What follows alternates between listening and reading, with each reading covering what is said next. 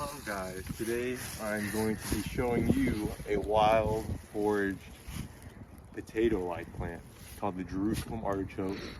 I used iNaturalist to identify this plant in the summer. It had little sunflower-like petals at the time. This was probably around early to mid August or September, and these things kind of grow up in little stalks underneath understory trees. They seem to like a decent amount of sun, but they don't need a whole lot. So we're gonna try to dig some up. And I tried to pull some up once, but like the tubers on them were like this big. They're super small. I believe that if I dig using the shovel, there might be some actually edible tubers that are bigger than a pinky, you know, or something super small. It's pretty cold today. I'm just at a local little park, and you can find these all around riverbanks and stuff I've learned, and there's kind of all everywhere. But we'll see if we are bountiful the day after Thanksgiving. So stay tuned on that. All right, so here's a tuber or a plant we pulled up. It's kind of hard to identify, but how we identified it was you got these kind of little cones at the top, and these leaves are a little bit abrasive, sandpapery, and at the bottom it's got these little tubers. There's some up here. They're not giant, but this one wasn't a huge plant, so I'm just gonna put it back in. I think it'll be okay. But I'm gonna try to dig around and pull up some of these. It is said that this food was grown a lot during World War II, and the natives kind of relied on it for a staple starch or potato-like plant. It is also said to be very beneficial for your gut microbiome because it has a lot of inulin fiber, which is why some people can't eat these. Makes them too bloated, causes a little bit of discomfort. But that fiber is very good for beneficial bacteria and helping us out, which we need more of in an over-sanitized world. But yeah, we'll keep digging and see if we get any nice ones. Those ones are pretty small.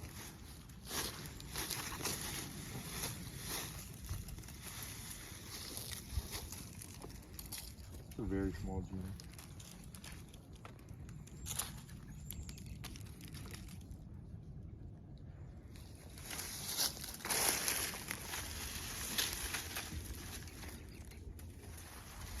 So over here we have some, I think a lot of the artichokes I remember got cut back, which is okay because they're really in the ground.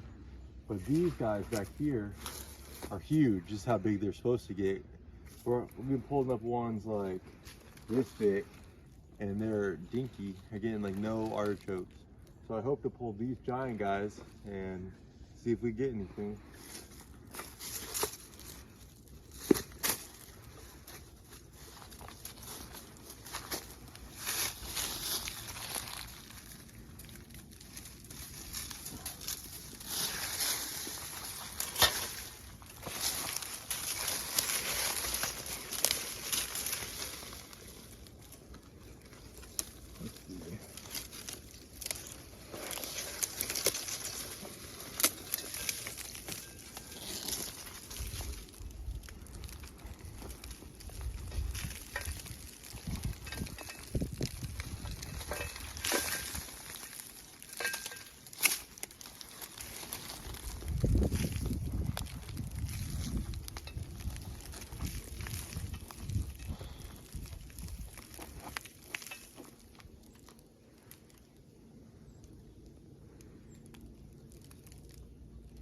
It's weird.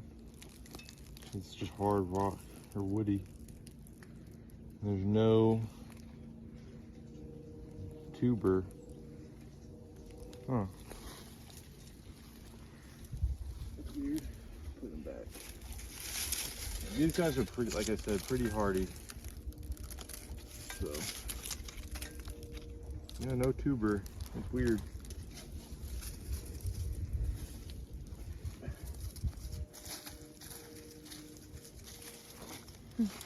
Nothing. There's a little baby one, but I thought there'd be more. How is there more on the little one than the big one? you know? All right, so far we've been struggling. Haven't been seeing a whole lot, haven't been getting a whole lot, which is okay. It's just kind of understanding your environment and what these native cultivars, these could not even be Jerusalem artichoke, they could have been misidentified. So, though I am pretty certain that they are, because they do produce tubers, but I don't know if any of the other sunflower relatives produce tubers or not. Anyways, here's some big ones we're gonna try and throw a Hail Mary and just see if we get anything else.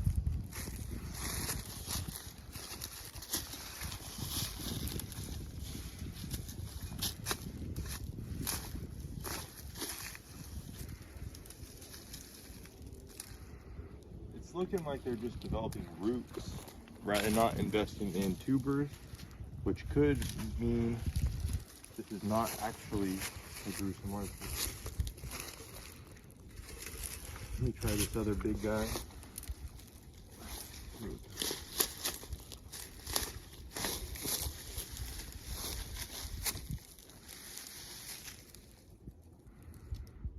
That one might have actually had tubers.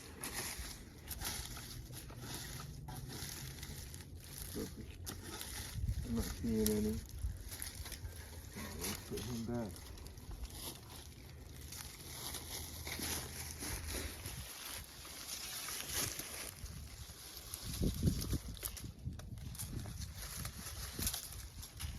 Okay, so after pulling one of those big ones and kind of moving them around, we realized that one of the tubers broke off.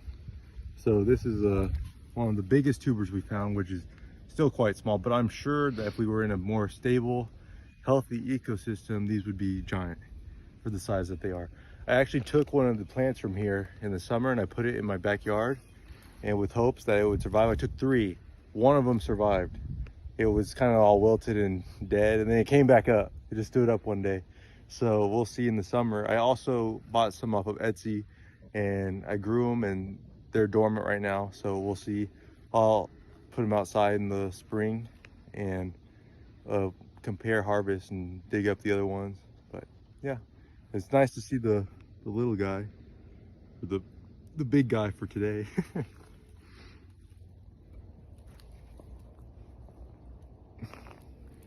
This is what we got after a location or two, just walking around pulling stuff up. It's not what I anticipated, but hey, it's better than nothing.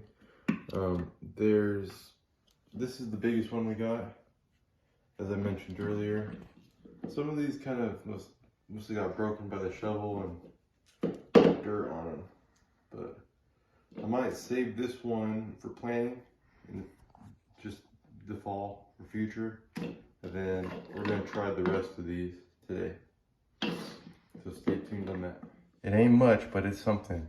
This is the Jerusalem artichokes that I decided to eat after they've been cut up. I'm kind of lazy today, so I'm just gonna saute it in a pan with some butter and then add a little bit of salt and pepper just to keep the taste relatively mild or natural. And then I'll try something else next year when I actually grow more. So if I like them, but yep. All right, they are softening up. They're starting to get a little bit gold on some areas, even though it's a little bit hard to see. They smell good. They kind of smell like a potato or radish, but it could also be that they just smell like dirt since they are from the ground. But I'm excited to see what they taste like. So here's the 2 baby bowls of Jerusalem artichoke. Got them a nice little golden brown, some salt and pepper. Let's eat. All right, so this is my second bite of the Jerusalem artichoke. It does taste like a potato, but it has a little bit of hint of dirt, which could be just for me not washing it good enough or soaking it or whatever. But I would eat them again, so I'm definitely gonna grow more. It's basically a perennial potato. So here is my conclusion on the Jerusalem artichoke or sunchoke artichoke. I think it's worth it. I think it's worth growing in your garden if you can. These plants are actually native for me, but in a lot of areas they are invasive or encroaching. So do consider growing these in pots or fabric pots and taking what you want and then supposedly they don't store that great in the in the fridge or on the counter. So if you're gonna eat them, try to eat them as quick as you can or within the coming days after you harvest them. But yeah, I'm gonna grow this guy.